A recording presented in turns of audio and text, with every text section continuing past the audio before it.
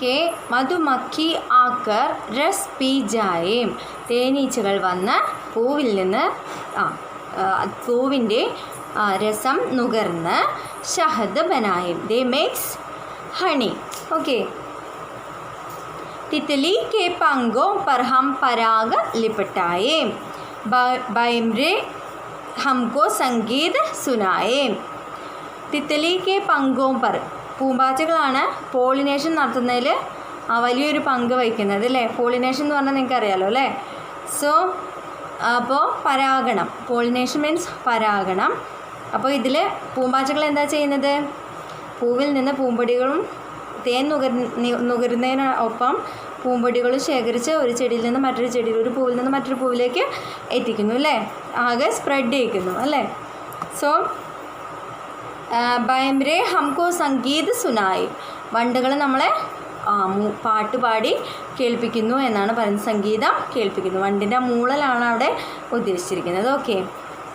Next one, ഹംഫൽ ബൻജായിം. നമ്മൾ എന്തുണ്ടാക്കുന്നു? ഫ്രൂട്ട്സ് ഉണ്ടാക്കുന്നു. ഓക്കെ. ഫൽക്കെ ഭീത്തർ ബീജ് ചുപ്പായി, ഫ്രൂട്ട്സിൻ്റെ ഉള്ളിൽ എന്തൊളിച്ച് വെക്കുന്നു? വിത്തുകൾ ഒളിച്ച് വെക്കുന്നു. ഉൻ ബീജോൻ സെ ഫിർ ഉഗ് ജായേ ഉഗ് ആയേം, ആ വിത്തിൽ നിന്ന് വീണ്ടും മുളച്ച് വരുന്നു. ഓക്കെ. നെക്സ്റ്റ്, ഫൂലോം കി ഇച്ഛ പൂരി ഹുയി മീൻസ് പൂക്കളുടെ ആഗ്രഹം പൂർത്തിയായി കഴിഞ്ഞു. വേ ബഹുത് ഹോഗേ, അവ വലുതായി കഴിഞ്ഞിരിക്കുന്നു. ജഹാ കഹിം ബി ജാവോ വേ ഗിൽക്കർ മിൽത്തെ ഹേ, വേ മിൽക്കർ ഗിൽത്തെ ഹേ തും ബി. ജഹാ കഹിം ബി ദേഖോ വേ മിൽക്കർ ഗിൽത്തെ ഹേ തും ബി അബ് സോച്ചോ. നമ്മൾ എവിടെ നോക്കിയാലും അവ കൂടിച്ചേർന്ന് വിടർന്ന് നിൽക്കുന്ന മനോഹരമായിട്ടുള്ള കാഴ്ചയാണ് നമ്മൾ കാണുന്നത് എന്ന് ആര് പറയുന്നു? കവി പറയുന്നു. ഓക്കെ.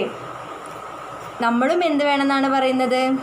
നമ്മളെല്ലാ കാര്യങ്ങളും മറ്റുള്ളവരെ സഹായിക്കാനും അതുപോലെ എല്ലാവരും ചേർന്ന് പ്രവർത്തിക്കണം എന്നാണ് കവി ഈ കവിതയിലൂടെ നമുക്ക് നൽകുന്ന സന്ദേശം. ഓക്കെ. ध्रुव शुक्ल, कवि का नाम है ध्रुव शुक्ल, हिंदी का प्रशस्त कवि Dhruv Shukla. Okay. Don't forget the name of this poet. Okay. So my dears, all should read this poem twice. So all want to write the meanings into your notebook.